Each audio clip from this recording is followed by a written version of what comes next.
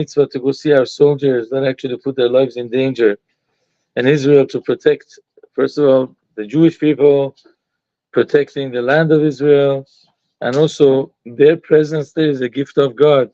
That wherever Jews are outside of Israel, there could be more of a safe place, more security. Anyways, and one of the things that I wanted to study with you, as you know, God, Jews are supposed to be holy people. We are holy people. And that means we're not only holy in things that we do and the other nations don't do. Of course, we keep Shabbat, they don't. You put on tefillin, they don't. So that's not what really shows the holiness. What holiness shows is even things that you're similar to them. Like concepts like eating, drinking, getting married, whatever, sleeping, things that everybody does. But nevertheless, a Jew is a little bit different, or supposed to be different.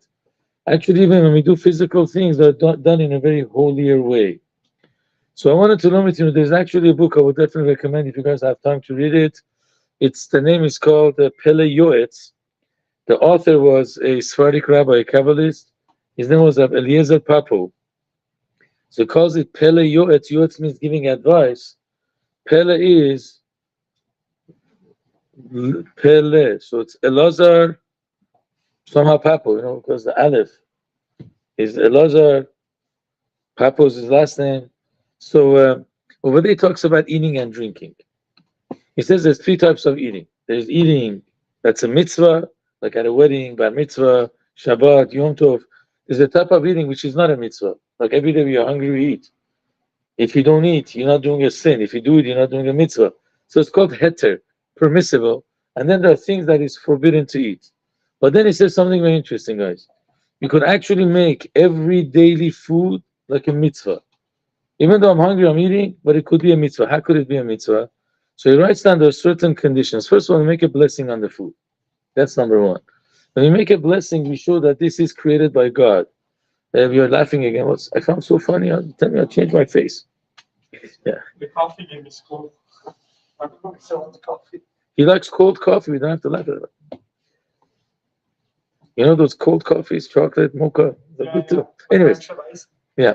So anyways, going back, it says that there are food that even though they're ordinary eating, but it could be a mitzvah. How's that?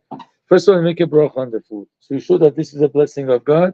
But my intention is eating is not just to satisfy my stomach or satisfy my palate or my mouth, but the purpose is because I want to be strong to serve God.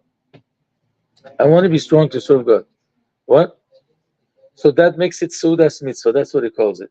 And he actually has a proof, because the Gemara says regarding righteous people, but it says when you eat the food in a good way, with the right intention, to be healthy, to serve God, is like you're burning sacrifices on the altar, on the Mizbeach. What's the connection? They used to, in the Beit HaMikdash, they used to sacrifice an animal, but then they used to burn it on the altar. What did the burning show? That really this thing is created for God's sake. So it's getting burnt and going to heaven, to God. So when we eat something in order to serve God, what happens to the energy of the food? It gets elevated to God because we use it to serve God. So when we do that, it's as if you're bringing sacrifices and you're burning it on the Mizbeach. I just want to share one small story with you, and we're going to leave right after that. It's a story with the Baal Shem Tov that actually teaches us when you make a bracha on a food, what effect it could have. With an introduction of this Pele Yoetz, that it says, Kabbalistically, what happens when you eat food for the right purpose, to be healthy, to serve God. So it says everything has a positive energy in it, which in words of Kabbalah is Nitzutze Kedusha, holy sparks. And actually that gives the life force of that thing. The outside look, like the cake, the way it looks, or the good taste that it has, these are like the negative part. But really what gives it the real life is the sparks of godliness which gives it life. When I eat for the right purpose, so I actually separate those sparks that are godliness from the negative side of the food. What happens to it? When I serve God really with the energy of the food, those sparks go back to the sources, they go to God. So you make out of something very ordinary, something godly. So there's a story with the Baal Shem Tov that one time he decided to travel with his students. And he says, we're going somewhere. Guess where he took them? The rabbi takes you to the kotel, to a holy place. He took them to a bar. Imagine I go to a bar to drink. I'm a rabbi? What kind of rabbi am I? So the students ask him, you really taking us to a bar? He says, yes, come in with me. So they walk into a bar, and they see a Jew that was half drunk, and he was about to drink a cup of vodka. Baal Shem Tov tells him, "Don't drink it." So says, "Rabbi, what do you want from me? Why shouldn't I drink it?" Says, "Let me tell you a story." You know, rabbis always come up with stories. Sometimes they say true stories, sometimes they make up stories, but they always say stories. I'm just kidding. They always say true stories. Or I only make up true stories. That's the way it is. So the story was, he says, there was one time, a certain neshama didn't do what he was supposed to. So when they can't go to Gan Eden, sometimes God sends them into a food. The soul is actually in pain. It's very weird. Sounds like hocus pocus. He goes into the food, and when the Jew has the chance, he makes a bracha on it. It actually elevates the neshama. It goes back to Gan Eden, to his final rest. So it says there was a Jew, because they did something wrong, God decreed that his soul goes inside the wheat. So this guy was in pain. He prays, he says, "God, please, when they plant me, make sure that I don't get wasted and some wheat will grow." God listens to his prayer. And then when they start, harvesting it, he prays to God that it shouldn't get lost. God listens to his prayer. When they, take it to, inside whatever you call it, bags or whatever, finally take it to a place to, what do you call it, to grind it to a mill, he prays that it shouldn't get wasted. In Russia, they make from wheat a lot of vodka. That's their water. There was a man in Russia that lived for 116 years. So towards the end of his life, they asked him, "How can you live so long?" He says, "For two reasons. I never got married, and every day I drank a cup of vodka." But please, do not take any of the advice from him. Don't drink vodka every day and don't get married. But that's what he said, to drink vodka every single day.